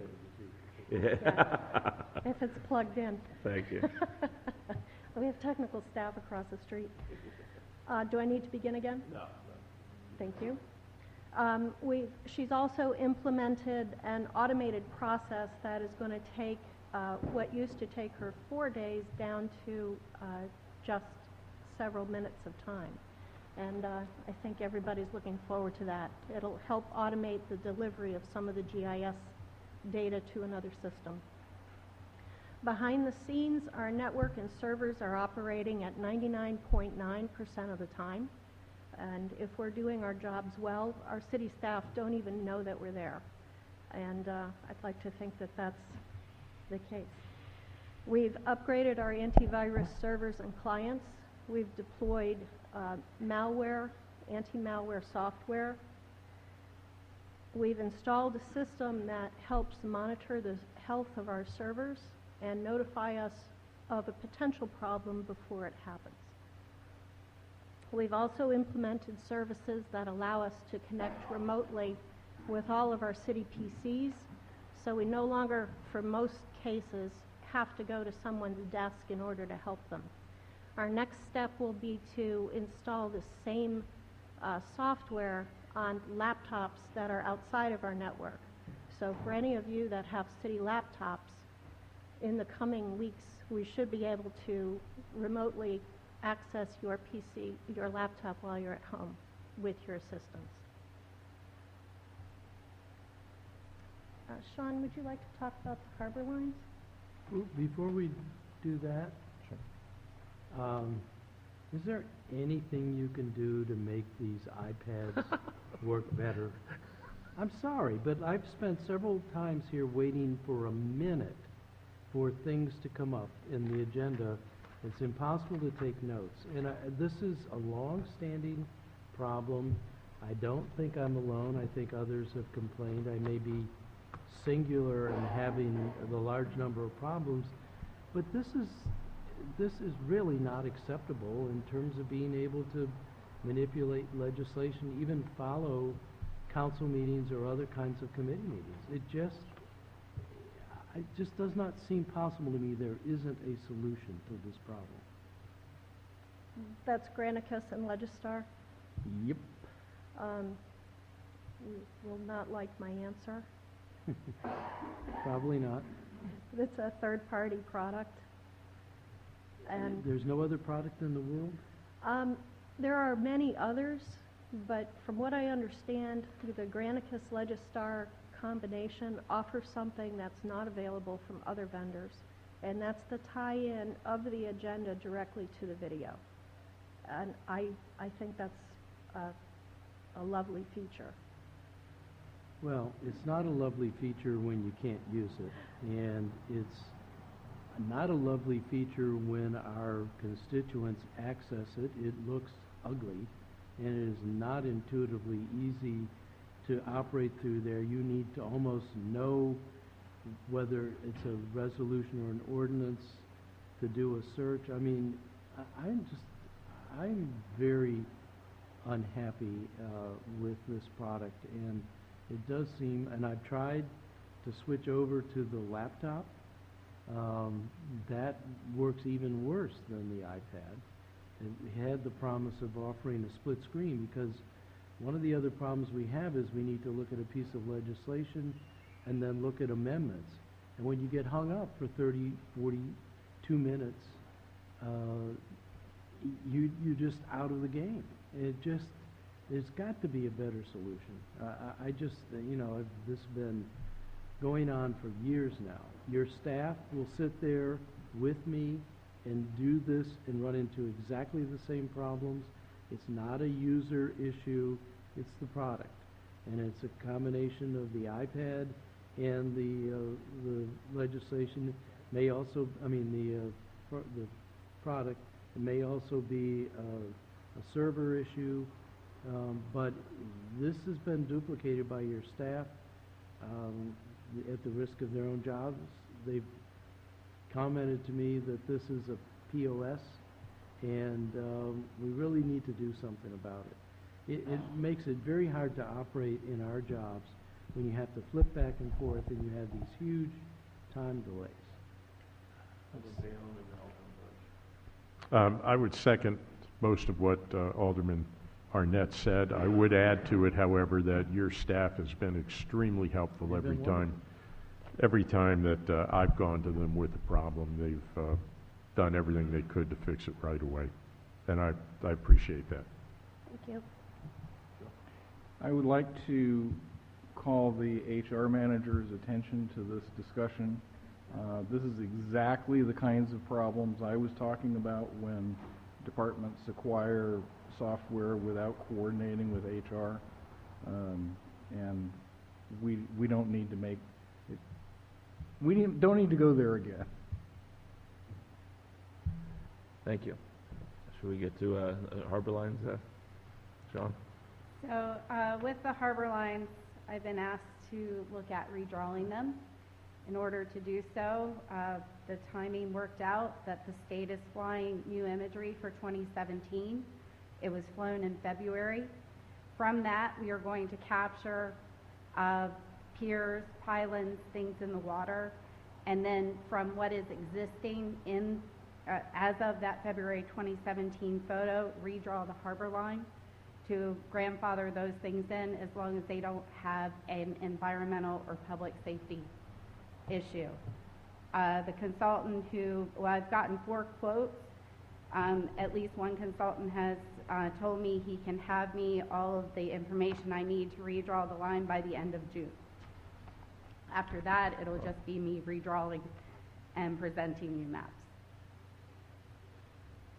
Wow. Okay, thank you. On the harbor Sure. lines, Please.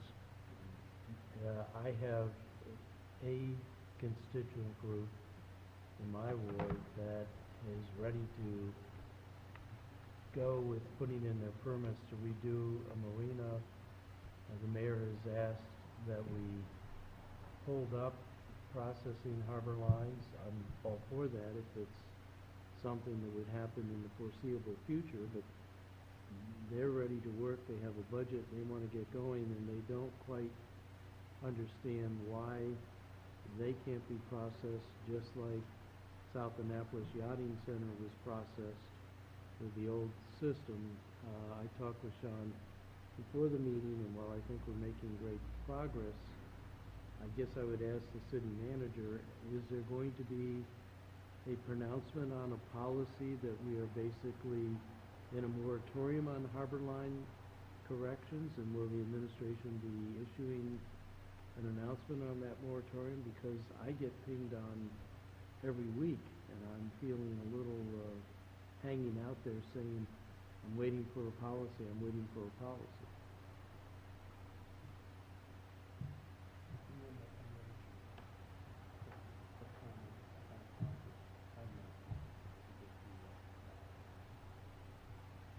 For me to draw would probably be a couple of weeks. As far as the policy, I would think we could work on that completely.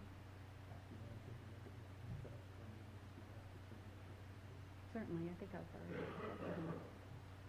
Alderman, we'd be willing to look at what you have, what your constituents have right now to see how it fits with what we know right now.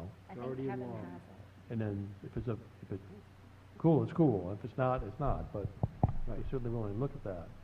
So, in law, there is draft legislation drafted by the applicant, but approved by law. There is a aerial photograph from MapQuest or whatever the other, and there is a existing harbor lines and proposed new harbor lines. It's all good to go.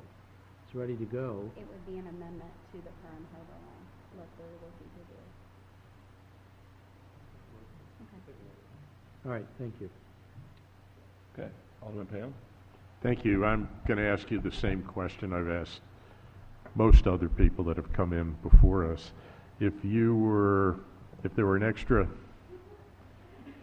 2, 3, or 5% in the budget and you were allowed to add to your request, where would you add, and if the world turns upside down and we need to cut $5 or $6 million from the budget, where would you cut? How much did you say? 2, 3, maybe 5%, either way. We would be happy to accept any additional funds, and we could put them to good use. If we had to cut funding someplace, we've been absorbing contractual services increases of 3 to 5% over the last 3 years.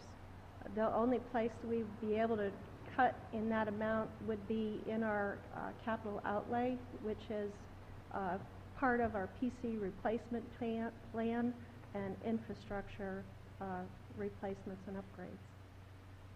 What if we cut Granicus? How much would that save? You'd need something else. Paper, it worked fine. Okay, thank you. Other questions or comments for MIT? Thank you very much. Thanks for your time. Thank you. So Melissa, we have Brian here obviously to talk about purchasing and then finance. How do you want to do it? Okay. Great. So we'll do conversation about purchasing first and then move it into larger finance.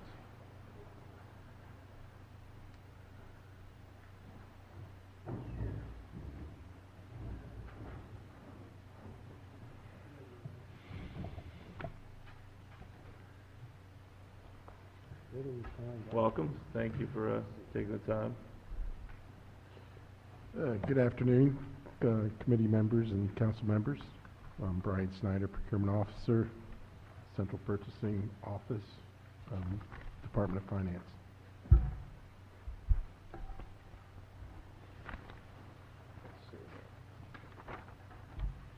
I can present a brief overview of some of the important things that purchasing has accomplished this year. Please. Okay. Currently, to date, FY17, we've done 20 formal purchasing procurements, formal bids, RFPs, etc. We also have utilized some outside agreements from other jurisdictions to do 14 bridged contracts. That saves us administrative time of putting out the bid, advertising, all the costs associated with that. Some of the notable procurements we've done include the stormwater and flood mitigation at City Dock. It's a contract with AECom. It's currently going on. Investment consultant services for the Fire and Pension Board. It's with ANCO Consulting. Chesapeake Avenue water main replacement. It's currently ongoing in Eastport. That's through Schumer Incorporated. Currently out to bid, the aforementioned design, build, operation, and maintain for the water quality best management practices. We should have a contractor selected by the end of the fiscal year, so June 30th, not sooner. We just received proposals, statement of qualifications for design build for water main replacement and wastewater force main replacement. That particular effort, we were going to qualify bidders for both historic district and outside of historic district for those types of projects.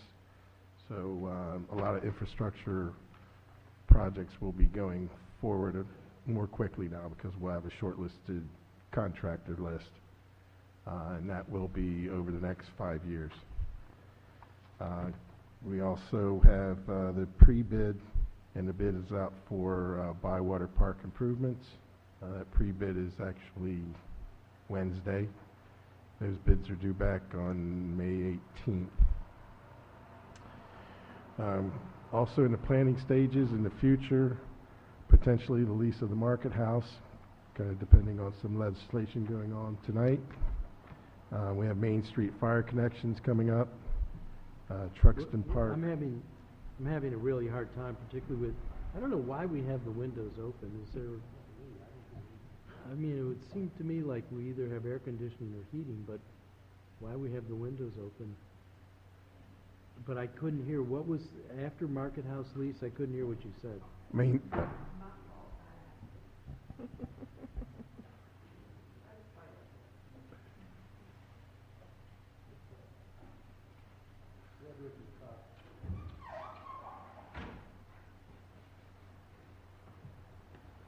okay. We all set? We got that settled now, so we're, Now we have Main Street fire connections coming up. Truxton Park tennis court renovations. Truxton Park pool. What was Uh, the first Truxton Park? Tennis courts. Yep. And every year we rebid water treatment chemicals as well as roadway supplies. So those are just FY18 things we do annually. Currently, we've done 1,224 purchase orders to date. And the other major categories for us is surplus property. Of course, the sale of Eisenhower was big this year. And so far through Gov Deals, we've done 51 auctions, and that has generated $61,257 to date. Since inception of using Gov Deals back in October 2012, we've brought in $452,000, $577. And anything on Gov Deals goes from surplus IT printers to cars to used water meters, etc. thank you. Alderman Fail? How many people work in your department, your division? 3, including me. All right, you're the purchaser. What are the other 2? The What other are 2 their are functions? buyers. I concentrate mainly on all the formal bids, the major bids that we have to advertise and oversee that process and putting the bids together themselves. They do the other daily operations for actually producing the purchase orders, through Munis.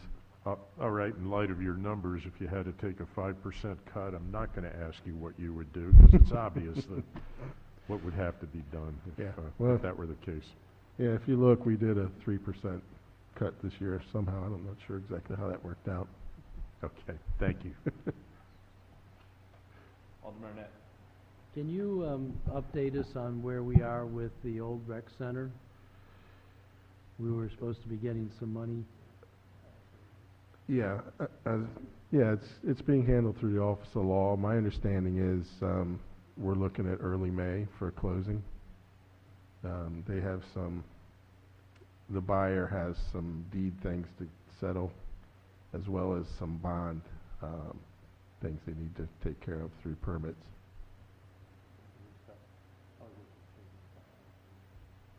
Yeah, so that's should be very soon. Thank you. You're welcome. Any other questions about the purchasing budget?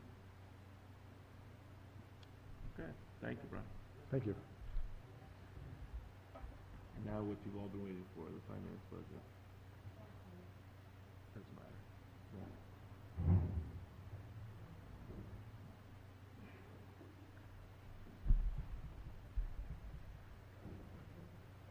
Melissa Lehman, Assistant Finance Director.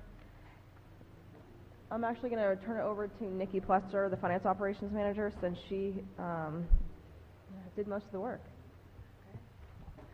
Well, looking over our budget, there weren't any significant changes from FY17 to FY18, with the exception of our accounting services line. We did increase that line by $28,000, and that is to cover the annual expenses related to the OpenGov platform. Is that one of these colored tabs? Yes, it is. It's the brown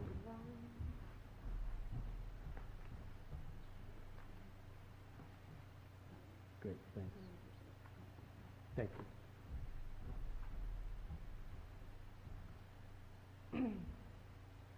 So that was our main increase. And as we mentioned earlier, the salaries have decreased, but that isn't through any type of position changes. It's just through where the salaries are at.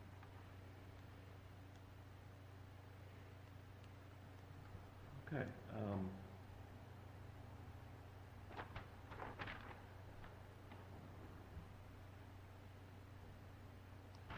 I'm sorry, Alderman Arnett. Bruce isn't here, but are there any enhancements that finance could use? That we could use, I can't really think of anything that we need per se. It would be helpful if we had some sort of, well, I don't want to say, like finance reporting software on top of what Munis already offers. As you can tell, well, and you probably would agree with the budget documents that you have before you. The Munis financial reporting that they put out is not very user-friendly as far as giving it out to a third party. So in finance, we can read it because we know what we're looking at, but for anyone else, it's not very helpful. So, and everything else that we use is through Excel. As you know, with Bruce's pro forma, having some kind of software to enhance that or to offset that would probably be helpful. Is that not open government? Nikki, go ahead. Actually, after the introduction of this year's budget, Bruce and I have discussed, and I believe that next year he's using the OpenGov budget, budget platform to develop the original budget. But that was one of the things we had hoped to have this year because it makes it very easy to do charts, pie charts and graphs and so forth, but also calculate percent change, percent distribution, all of those kinds of things that really make it easier to understand. Will that be available to us, to those that want to use it? Yes, absolutely. Okay, is it loaded and ready to go and we just need to get a password or? You should have the passwords ready to go. I would probably say next week I should have the budget fully loaded, and then from there you can set up your scenarios. And would there be like opportunity for a brief introduction, training session for those of us that might want to dabble in that? Oh, yeah, absolutely, Is absolutely. that Neha? Is that Yeah, Neha. Neha could come up from Atlanta and help us? Yeah, I believe so. Okay. Yeah, shouldn't be an issue. The other thing that has been discussed outside of off-campus by members of the Financial Advisory Board and others is whether or not there's a need for a budget officer. Is that, I don't know whether that puts you in an awkward position to ask you, or should I be asking Tom about this? Your budget officer might be different from my budget officer. Well, but let's talk about what okay. that is. We've actually been discussing internally having somebody that would focus primarily on the budget analytical review. So not so much getting ready for the budget, because Bruce and Nikki primarily handle that, but somebody throughout the year who will look at the budget from an analytical perspective to make sure that we're in line with revenues and expenditures, anything surrounding that. And we're hoping with the vacancies that we currently have to add that to one of those positions. Right now, myself and Nikki do it primarily, and we don't get to put as much time into it as we would like to. Did you have an auditor in mind? Is that what you were talking about? No, that's a separate issue. I Okay. actually had in mind somebody other than Bruce that would manage Excel or some other kind of software. Right now, he's doing it, and I'm not even sure. I've opened up the hood and looked at it and closed it quickly. If Bruce were gone for an extended period of time, could you run Excel and give us a budget, or anyone on staff? Nick and I could do that. You could, all right. Bruce probably wouldn't like it, but we could do it. Yeah, well, I'm worried about having so many eggs in one basket, and I think that my own view, and I feel like we're talking about Bruce with him not here to defend himself, but I'll do it anyway. I would rather have a finance director that is up here and overseeing you or Nikki or somebody else doing the Excel, because there's so much else to finance. We talked in a recent meeting about all of of this committee, financial monitors that we need to be looking at, all those metrics. Those are going to take some development, but also analysis. And I know, having watched what goes on, that there is a huge amount of work that is expected of the finance director that, frankly, I think some of it needs, the day-to-day stuff needs to be downshifted and get that finance director up at the 40,000-foot level. And if it's a budget person, a budget officer, I think there is an audit function, but I think some of us have in mind an audit function more like at the county, which is outside of finance. I know every time I mention this to Bruce, he threatens to throw me overboard, but I think some of us are feeling that we really do need that kind of external look. But my general sense is there needs to be another senior level person who can do some of these high level things and move Bruce up. And in fact, I'm going to be offering some kind of amendment to the mayor's budget to do just that. I think finance and public work, planning and zoning are where I'm looking for enhancements. But I could certainly use some guidance either from the city manager or you or wherever about what would be the best piece to put in place to accomplish the kinds of things that I just mentioned. I mean, if you want to add an enhancement to our budget, I'll certainly not disagree with you. Obviously, Bruce would want to have a part in that discussion to work out the details, but... Sorry, can't have it. I guess I'll defer to Bruce. Seriously, working out the details. Yeah. But this past year, Bruce has had a whole bunch of things on his plate that aren't normal, like building that whole model for the full compensation, which I believe went a long way to saving the day in this year's contract negotiations.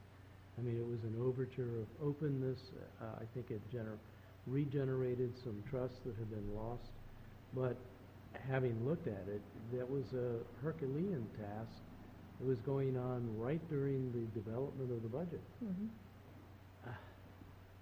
Two people, one person in two places, now maybe that's unusual and we won't have a workload like that again, although my experience is we've sort of moved from one, actually I think improvement. I think if you look at where we were at the end of 2009 to where we are now in terms of all of the enhancements we've made and all of the benefit we've gotten from our outside financial advisories, from the Financial Advisory Commission and all of those, we're a whole order of magnitude different. But each time you make those increases, you're adding workload. I know I'm preaching to the choir. And I just don't think there's enough forces to bear.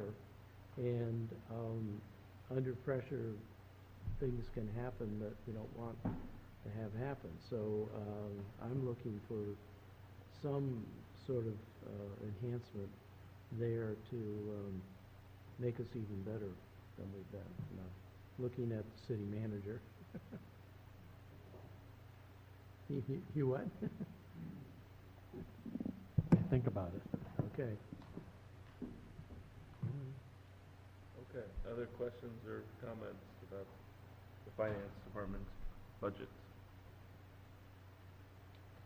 So we'll put that on the list for the conversation with Bruce when, about those positions and about what the thought is, if that's the time to make any changes to them, if that makes some sense. So that would go on the parking lot? Thank you. Okay. Great. Any other items for, we get a motion? I move that we adjourn, Mr. Chairman. Is there a second? I'm having too much fun. Could tell. Second. All in favor? Aye. Meeting adjourned. Thank you.